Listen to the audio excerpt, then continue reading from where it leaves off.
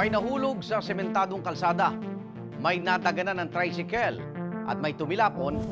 Sa kanilang murang edad, matinding peligro na ang kanilang kinaharap. Ilang pasit na naging biktima ng panganib sa lansangan, huli sa kamera.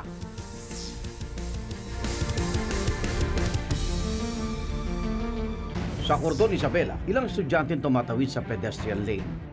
Dalawa sa mga estudyante ang nakatawid sa kabilang kalsada habang isa nilang kaklase ay naiwan dahil sa truck na paparating.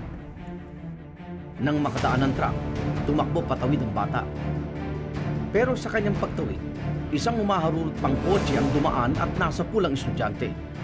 Ang 13 taong gulang na bata, tumilapon. Nakita natin na yung kotse na unfortunately na nakabangga sa estudyante, medyo mabilis yung takbo. So dapat tayo mga motorista, pag nakita tayo ng pedestrian lane, automatic na dapat sa atin ang humihinto or bumabagal. Tumigil at bumaba ang driver ng kotse. Binuhat niya ang biktima at sinakay sa kanyang sakyan para dalhin sa ospital. Kasi ang protocol dito, pag mga ganito sakuna, hindi dapat kasi talagang basta-basta ginagalaw yung biktima. Dahil dapat dito, tinitingnan muna kung secure sa galawin. Kaya ang normal procedure dito ng mga emergency response team, talaga naman sinisecure muna sila. Sa kasamaang palad, dead on the spot na pala ang bata ayon sa police report. Lubang tinamaan ang kanyang ulo, likod at lumabas ang kanyang buto sa paa matapos tumilapon. Ayon sa investigasyon, inamin naman ng driver na mabilis ang kanyang pagpapatakbo. Nagbigay siya ng tulong sa pamilya ng bata at sinagot ang pagpalibing sa biktima. Kung ang mga tumatawid sa pedestrian lane ay nalalagay pa rin sa peligro, paano pa kaya ang mga nagkikipagpatintero sa mga sasakyan dahil walang tamang tawiran sa lugar? Sa General Trias, Cavite, naghintay pa muna ang 17 taong gulang na dalagita sa gilid ng kalsada bago tumawid.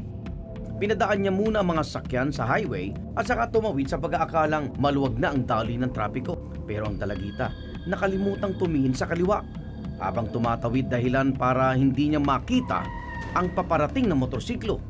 Sinubukan pa ng motorsiklo na tumigil pero nabundol na niya ang biktima. Habang patawid siya sa kalsada, nakatingin na kagad siya sa right sides. In that sense, hindi niya nakita yung approaching from the left side. So, ang laging advice natin dito, dapat always look to your left and look to your right. Check kung clear pareho and then tsaka ka lang mag-proceed tumawid. Bumulagta sa kalsada ang biktima at nawala ng malay. Dinala sa pagamutan ng dalagita na nagtamo ng mga pasa sa katawan. Nagkaareglo naman ang dalawang panig at sinagot ng rider ang pagpagamot sa biktima.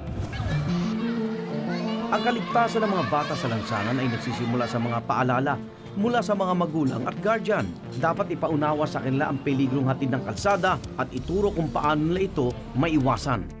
Maraming uncontrollable elements dyan, no? Dyan yung mga may iba-ibang sasakyan, may bisikleta, may mga ibang tao.